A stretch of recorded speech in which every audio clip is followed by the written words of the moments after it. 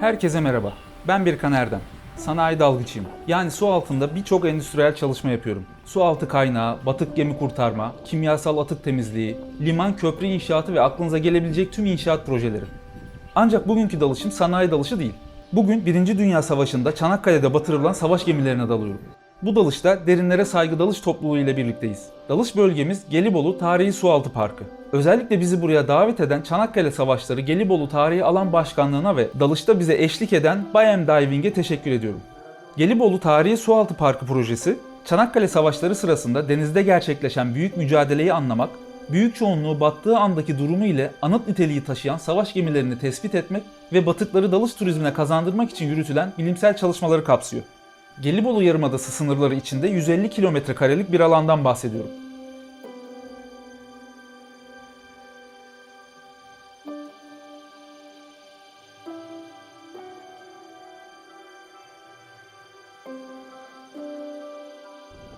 Dalış bölgesi çoğunlukla dalış yaptığım yerlerden kat kat daha düzenli ve güzel.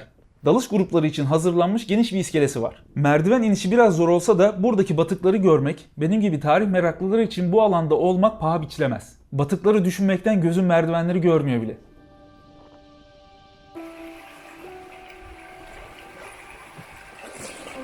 Gelibolu Tarihi Sualtı Parkı'nda biz bugün HMS Majestic zırhlısına ve öncesinde Heles Barçı'na dalıyoruz. İlk dalışımız Heles Barçı. İskeleden hareket ettik. İlk dalış noktamız çok uzakta değil. 10 dakika sonra varıyoruz.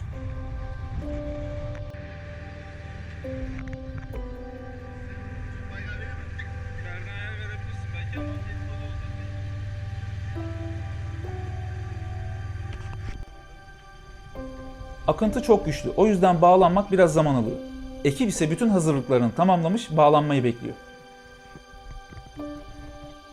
Çanakkale'de su sıcaklığı Ağustos ayında olmamıza rağmen biraz serin diyebiliriz.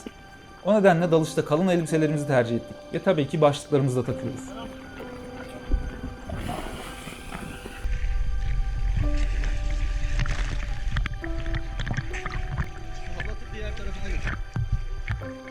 Akıntıdan dolayı ekip toplanırken ilk başlarda biraz zorlanıyoruz. Ancak ekip profesyonellerden oluştuğu için düzenli ve tüm dalış kurallarına harfiyen uyarak dalışımıza başlıyoruz.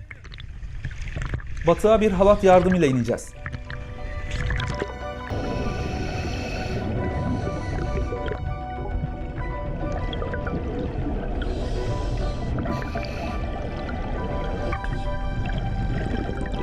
...9 metrelerde batığın silüetini gördük. Dalış eşim Berna bana bilgisayarında derinliği gösteriyor. Barç, altı düz, az su çeken, geniş karinalı, makineli veya makinesiz özelliklere sahip araçlardır. Çanakkale'ye yapılan çıkarmalar sırasında askerleri iskele inşaatında kullanılacak malzemeleri ve çıkarma alanında kullanılacak binek hayvanlarını taşımak için kullanılmıştır.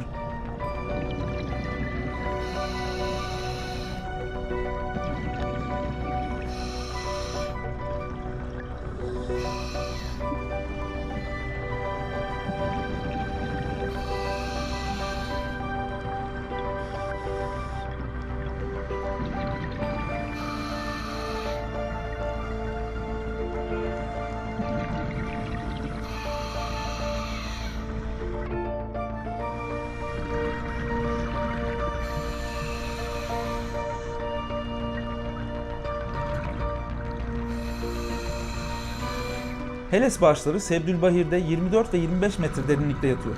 Bu iki barcın Sebdülbahir'e yapılan çıkarma sırasında batırıldığı düşünülmekte. Batıktan geriye kalanlar işte bunlar. Neredeyse battığı şekilde duruyor.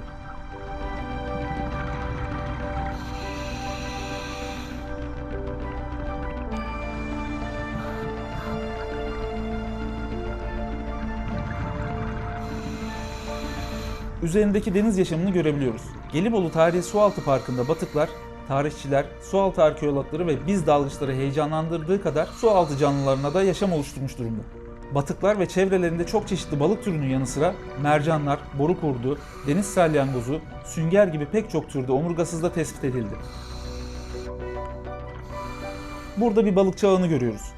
Batıklara yapılan belgeleme çalışmaları sonrasında batık çevresinde yapılan usulsüz ticari avlanma faaliyetlerine karşı da önlemler alındı.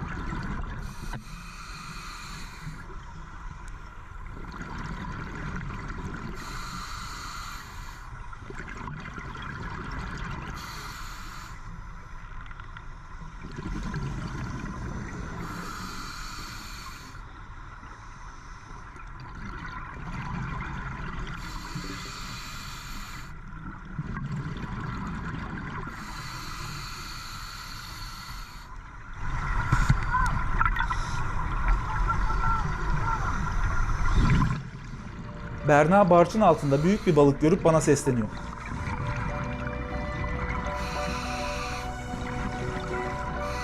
İşte büyük bir gelincik balığı. Barcı kendisine yuva olarak seçmiş.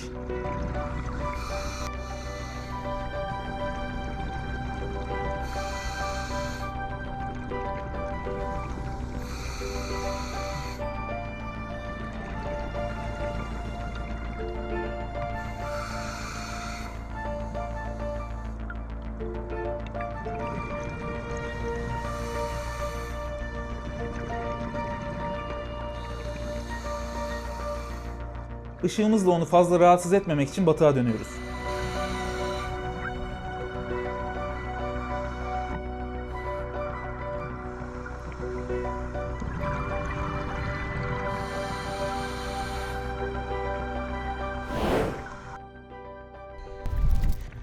Heles barçından sonra ikinci dalışımızı HMS Majestic zırhlısına yapıyoruz.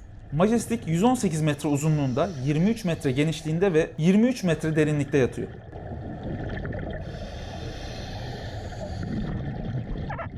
HMS Majestic 25 Nisan 1915 tarihinde başlayan kara harekatında müttefikleri ile birlikte denizden top atışları yaparak Çanakkale Savaşları'nda mücadele ediyor.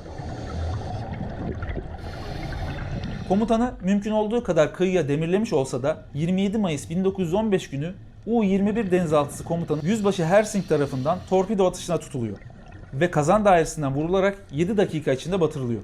Çanakkale Savaşları'nı anlamaya yönelik araştırmalarda en kapsamlı çalışma HMS Majestic batımında gerçekleştirildi.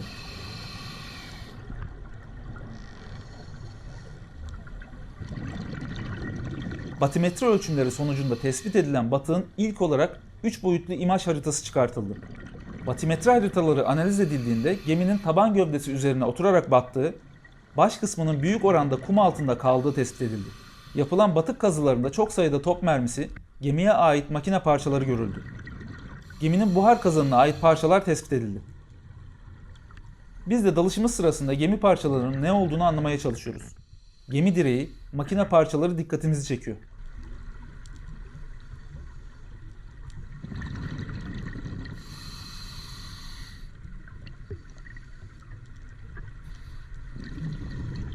Batıkta birçok parça ise şu an yerinde durmuyor. 1950-1960'lı yıllarda oluşan demir çelik ihtiyacı sonrasında yerli ve yabancı hurda şirketleri gemi batığını dinamitle patlatarak batığın büyük oranda dağılmasına sebep olmuş.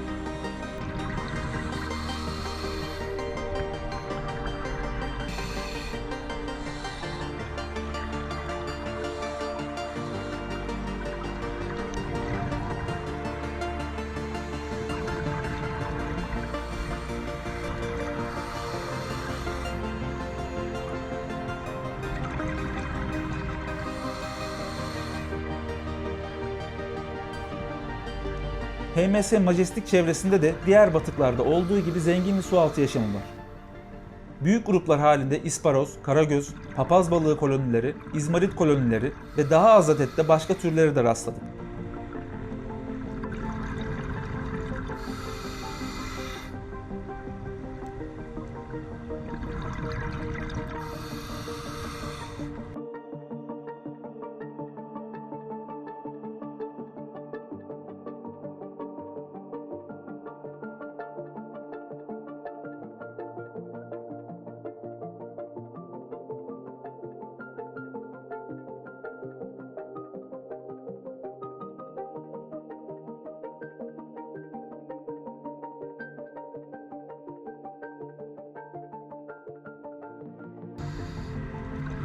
Siz dalışı izlerken arada bölgede yaşananlardan ve burada yer alan diğer savaş batıklarından da kısaca bahsetmek istiyorum. Çanakkale Savaşları'nda karada yürütülen zorlu mücadeleye destek olmak amacıyla denizde de bir savunma hattı oluşturuldu. Boğazın her iki yakasında da gözetleme alanları kuruldu. Su altına mayınlar döşendi. Çanakkale saldırısı için Birleşik Krallık ve Fransa gemilerinden oluşan bir donanma hem boğazların kontrolünü eline almak hem de İstanbul'u işgal edebilmek amacıyla çok sayıda zırhlı gemi ve denizaltıyla Ege Denizi açıklarına geldi. 18 Mart 1915 günü Osmanlı topçusu Birleşik Donanma'ya ağır kayıplar yaşattı.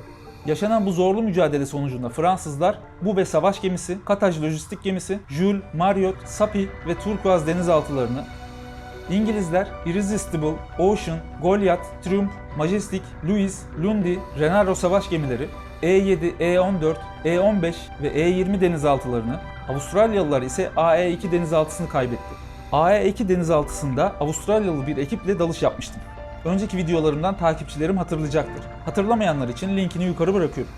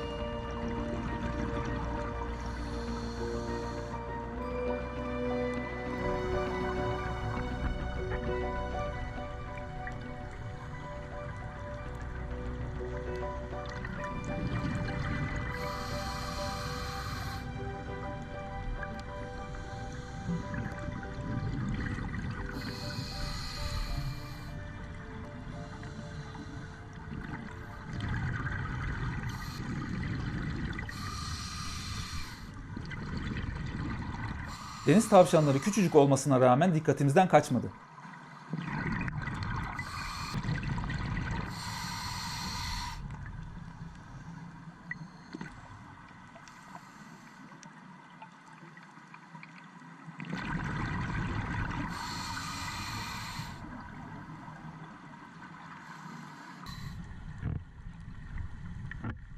Majestik'in etrafını döndükten sonra ters akıntı başladı. Ardından çıkışa geçtik. Halata tutunup güvenlik beklememizi tamamladıktan sonra tekneye çıkıyoruz. İkinci dalışın sonunda hava ancak sakinleşti.